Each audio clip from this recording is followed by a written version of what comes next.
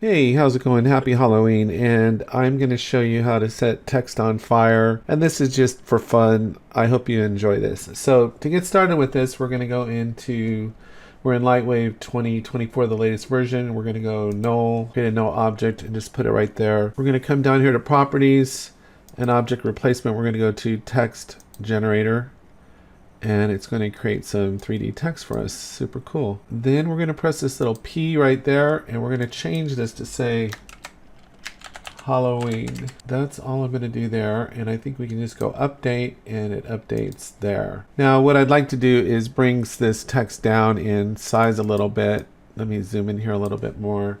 So I'm just going to go on to the stretch here, and on the Z just make it a little bit like 0.2, and here we will do 0.5, maybe make it about half the size it was, 0.5, so it just says Halloween. And then we are fortunate that we have Turbulence FD included with Lightwave now, and this is of course an incredible program. What we're going to do is we're going to click this where it says make emitter and make sure we have our null selected, and we'll go make emitter. What's interesting is you don't see anything happen, but if you click on emitter, it's right there. I've seen mixed settings here on the radius. So let's just go ahead and try 2 millimeters like that. And pretty small voxels, which should give us a good range. Here under mode, we just want to put that to single object. On channels here, we need to set these. And I'm just going to set all of them. So I'm going to go 1, 1, 1, 1. There's nothing else here I want to play around with right now, so we'll just leave it like that, and we should be done. Just remember that's 2 mm. So now we're going to go and add a container. We'll leave it called fluid container. It's going to come in. You can already see it doing something. I'm not sure why it says hi. I think that's the last thing that I did. So on the voxel size here, I'm going to switch this to 2 mm, and we'll see if we get into any trouble with doing that. And then we're going to go ahead and adjust the grid on this thing. So we'll pull it out to the length of the letters there. That's on the grid X. And then on the Y, we'll pull it up about like that. I think it's thick enough on the Z. And then on the Y offset, we're just going to pull this up right here. It, for some reason, is showing the last thing that I did in it, so I don't know why it's doing that. Let's see, we have a ton of settings in here. So let's see if we go into render, the cache directory is there. So here on rendering, there's nothing I'm going to do, although we do have a fire shader here. Now I want to show you something. This is a representation of how the values are being applied, but notice how it falls off. It's kind of extreme, and we're going to come back to this at the very end, but I want to show you if we click edit mapping, this is where you can control your colors here, and we can, instead of having this abrupt change, we can actually, if we select that knot, that's called a knot, if we select this and that, we can actually smooth this out by using these controls there. So we can actually get a good effect using that. But let's come back into simulation and let's just run through these. We'll leave everything here on the default, default, default, default. We'll leave the wind there. Vorticity, I guess we'll do 0.2. Turbulence, we'll do 0.5. And like I said, you can come in here.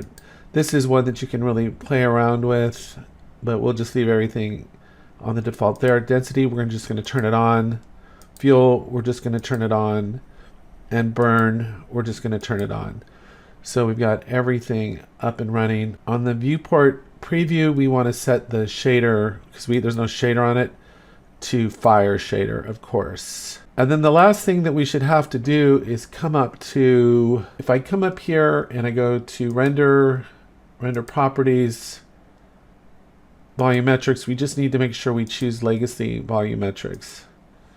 And then if I come back here onto Turbulence FD and I go to container, it's down here, I just click there. I should be able to press start and see what happens. This will overwrite the cache. See, it doesn't like the size of my voxels here. So what I'm going to do is I'm going to say no on this, and let me change the size on the container here. Let's see. So let me just go back to 10 mm here. Then I want to change that also on the emitter. So let me go to the emitter and let's just change this to 10. See what happens with that. And now let's try to hit the container and see what happens. If I get that error. No, I don't. Now you'll see how it's burning. Now I can stop this at any point, and if I go into VPR, I can tell already that I'm not going to like the way this is looking. It's too dark, and I'm going to just show you something really quick you can do. So if we come into container, let me open it up here. Let me do this. Let's do this. Let's take a look at this. So let me go into camera view. And that's the current light. Let me go into camera view here. And let's just punch in on this thing. So I'll go on the camera properties. And let me just zoom in here. And of course we can get this from a different angle if we want. In fact, let me just go into perspective and do this. I think this is a better, something like that,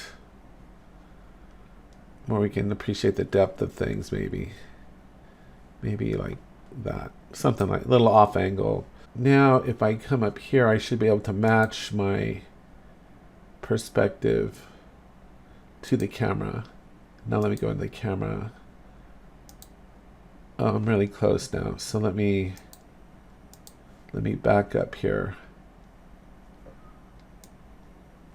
There we go. I think that's good. Okay, now, oh, one last thing. Let's go into the backdrop and turn the backdrop off. That way it'll be against a black background. And then we'll come up here and go into VPR and go VPR. It's going to take it a minute. Now you see how that looks? It's essentially over colored. So what we're going to do is let's go back in here. We can fix this really fast. Go back into the container. I'm going to go to simulation, temperature. Actually, it's rendering, color and opacity, mapping here. And this is where I'm saying if we click here, we can really play around with the values. And you're going to start getting a lot more realistic look here by adjusting these values. Something that looks a lot more interesting. In fact, maybe even more Halloweenish. So I would just say play around with these values here. Let's see. It almost just looks like orange smoke, but it kind of matches more. So I would say just get in here and play around with especially this setting. You're going to get something that ends up looking pretty darn cool. And you can raise it up more too as you start getting more of a look that you like. And then the last thing that you can do is come in here on the scene editor, go to scene editor, and let's not render our text. So let's click that off and click this off and go hidden. And let's see, let me just on my camera adjust my position here too a little bit. VPR, it's slow to render. There we go. I think that's good. And that's pretty much it. I think it looks pretty cool. It's really trippy. And we could just come up here to render and just render a frame, or we could render the whole thing out. So let's see how long that takes to render out. I think it looks pretty cool. And like I said, you can play around with a lot of those settings to try to get where you want to go. So anyway, that's all I had for today. Happy Halloween.